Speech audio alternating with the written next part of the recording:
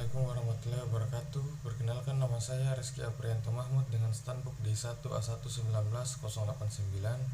Di sini saya akan menjelaskan tentang analisis PET dengan mata kuliah metode analisis data. Baik, langsung saja. Yang pertama saya akan menjelaskan definisi analisis PET. David Gerson dari North Carolina State University mendefinisikan PET analisis sebagai model perluasan regresi yang digunakan untuk menguji keselarasan matriks kolerasi dengan dua atau lebih model hubungan sebagai akibat yang dibandingkan oleh peneliti. Model digambarkan dalam bentuk gambar, lingkaran, dan panah di mana anak panah tunggal menunjukkan sebagai penyebab. Regresi dikenal pada masing-masing variabel dalam suatu model sebagai variabel tergantung pemberi respon, sedangkan yang lain sebagai penyebab. Pembobotan regresi diprediksikan dalam suatu model yang dibandingkan dengan matriks korelasi yang diobservasi untuk semua variabel, dan dilakukan juga perhitungan uji keselarasan statistik. Tujuan menggunakan PET analisis diantaranya ialah untuk melihat hubungan antara variabel dengan didasarkan pada model a priori, mendefinisikan jalur penyebab suatu variabel tertentu terhadap variabel yang lain yang dipengaruhinya, menghitung besarnya pengaruh satu variabel independen exogenous atau lebih terhadap variabel dependen endogenous lainnya. Selanjutnya, syarat-syarat penggunaan analisis PET. 1. Data metrik berskala interval. 2. Terdapat variabel independen exogenous dan dependen endogenous untuk model regresi berganda, dan variabel perantara untuk model mediasi dan model gabungan mediasi dan regresi berganda serta model kompleks. Yang ketiga, ukuran sampel yang memadai, sebaiknya di atas 100 dan ideal 400 sampai 1000. Yang keempat, pola hubungan antar variabel. Pola hubungan antar variabel satu arah, tidak boleh ada hubungan timbal balik. Yang kelima, hubungan sebab akibat didasarkan pada teori yang sudah ada dengan asumsi sebelumnya menyatakan bahwa memang terdapat hubungan sebab akibat dalam variabel-variabel yang sedang kita teliti. Berikutnya adalah kelebihan analisis PET. Yang pertama, kemampuan menguji model secara keseluruhan dan parameter-parameter individu. Yang kedua, kemampuan pemodelan beberapa variabel mediator atau perantara. Yang ketiga, kemampuan mengestimasi dengan menggunakan persamaan yang dapat melihat semua kemungkinan hubungan sebab akibat pada semua variabel dalam model. Yang keempat,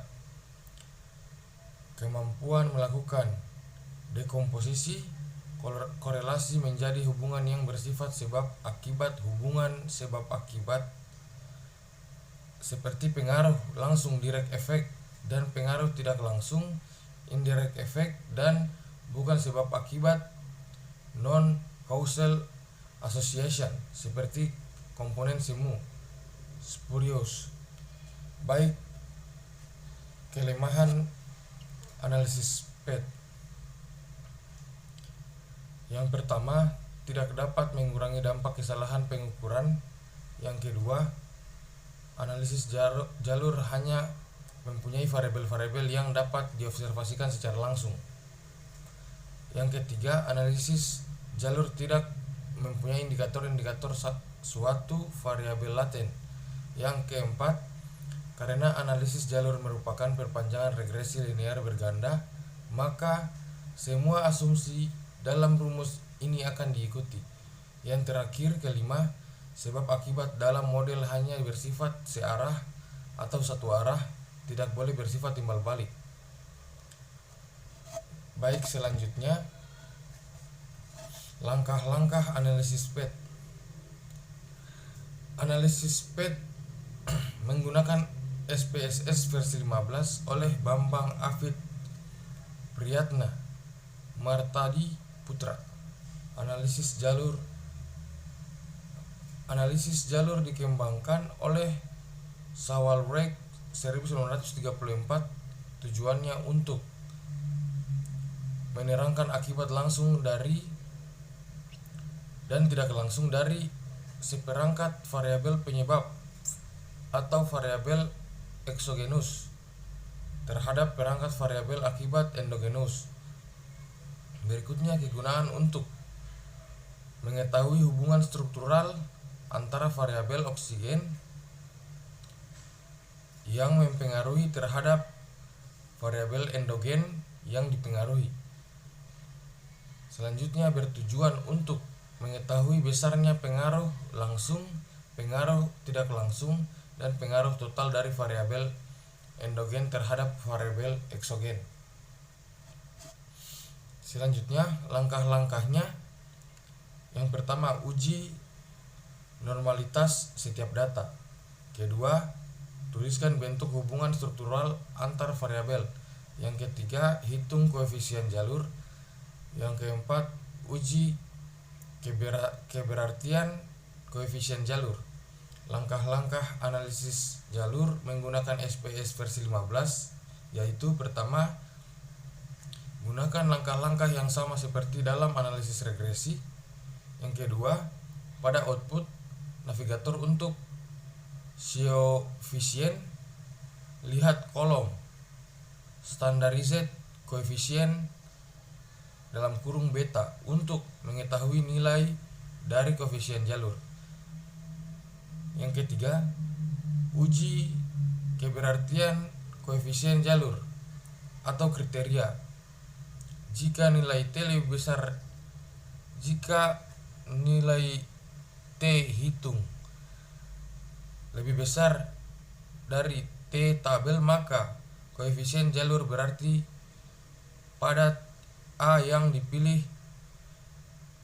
Jika sebaiknya, maka koefisien jalur tidak berarti. Atau jika nilai sig dalam kurung pi value kurang dari A, maka koefisien jalur berarti.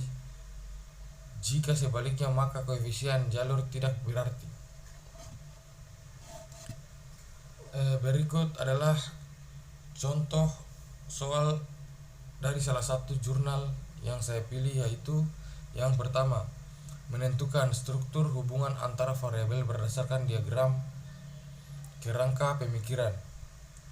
Bagian A, diagram jalur beserta gambarnya. B, diagram jalur. 2, menghitung koefisien korelasi sederhana dengan menggunakan model. Yang ketiga, harga koefisien korelasi antar variabel buat dalam sebuah matriks korelasi yang bentuknya sebagai berikut. 4, hitung matriks inverse korelasinya. Atau 5, menghitung koefisien jalur dengan model. Yang keenam, menghitung koefisien determinasi multipel. 7, menghitung pengaruh variabel lain. Atau yang terakhir, yang ke-8, menghitung pengaruh parsial. Mungkin itu saja yang saya dapat jelaskan.